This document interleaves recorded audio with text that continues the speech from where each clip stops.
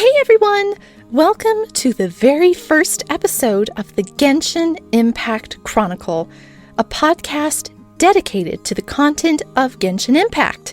My name is Jessica, a voice actor and avid Genshin player, and I will be your host. Now, you may be asking yourself, why make a podcast about Genshin? Well, that's because when I first picked up the game about a month after it released, I immediately fell in love with it. I've loved it ever since and have been decidedly passionate about it. So I decided to make this podcast as a way to have some fun and really delve deep into the lore and storylines within the game, with you guys along for the ride. My hope for this podcast is that it is entertaining, insightful, and maybe helps you look at the lore in a different way. For this prologue episode, I wanted to give a brief overview of where we've been and where we're going to go in this podcast. Why is this?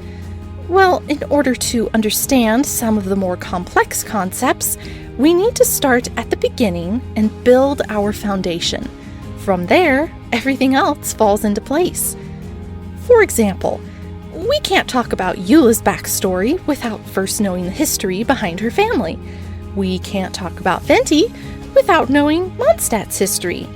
So, with that in mind, let's get started.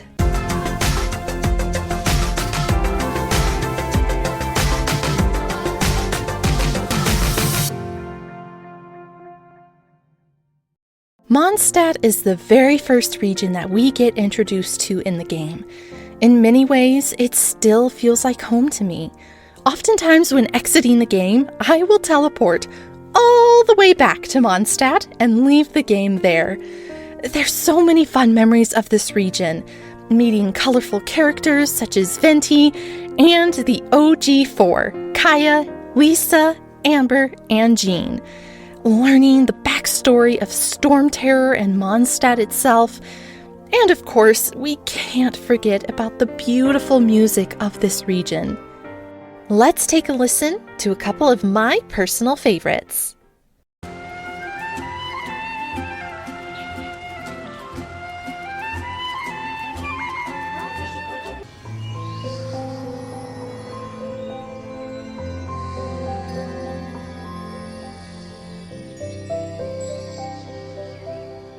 We're definitely going to take a deep dive into Mondstadt's history, as well as the lore behind some of the characters and regions, such as Dragonspine. A couple of episodes I'm particularly looking forward to, spoiler alert, are the ones on Albedo and Kaya. Talk about a lore treasure trove! Liyue was the next region we entered, and I remember being so overwhelmed as I started playing through the Archon quests. Not only was this region about 2 to 3 times larger than Mondstadt, but it was so much more complex. You had illuminated beasts such as the Adepti and Qilin. You had the Fatui, who became a much more irritating addition to the story. You have the whole governing system of the Qixing, and that darned core lapis that was almost impossible to find as a new player. But the characters were so rich and diverse as well, especially a certain Mr. Zhongli. We'll definitely have an entire episode dedicated to this guy. We've also got exorcists, bookworms, chefs, and funeral directors that make up Liyue, plus so many more. And with regions like Qingce Village and Guyan Stone Forest, there's no lack of content and lore to discuss. Inazuma, though, now that was interesting. I got chills as the cutscene with the Alcor leaving the harbor began to play. We finally were on our way to the closed-off island nation ruled by the Raiden Shogun. I loved Inazuma's design. Again, it was so different from what I was used to with Liyue and Mondstadt. New game mechanics were introduced, not to mention new electro abilities for us travelers. Like Liyue, Inazuma has a rich history, One that I found a bit hard to keep all the information straight, if I'm being honest. But learning about the characters, such as Yaemiko, Kokomi, Toma, and so many more, was absolutely fascinating, and I can't wait to discuss many of them with you all. Then came Sumeru, one of the most anticipated regions to date since it finally introduced the Dendro element. Up until this point, the game only included 6 out of the 7 elements, and many of us wondered when the 7th would be introduced. Well, it sure was Dendro's time to shine when Sumeru became available. They made sure to add plenty of Dendro characters to go with it.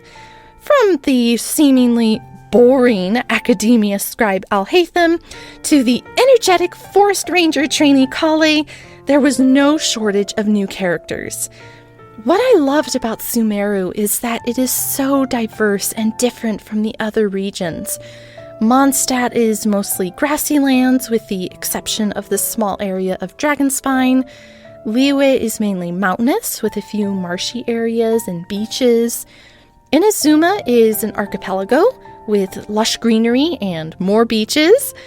But Sumeru is distinctly divided into a forest region and a desert region.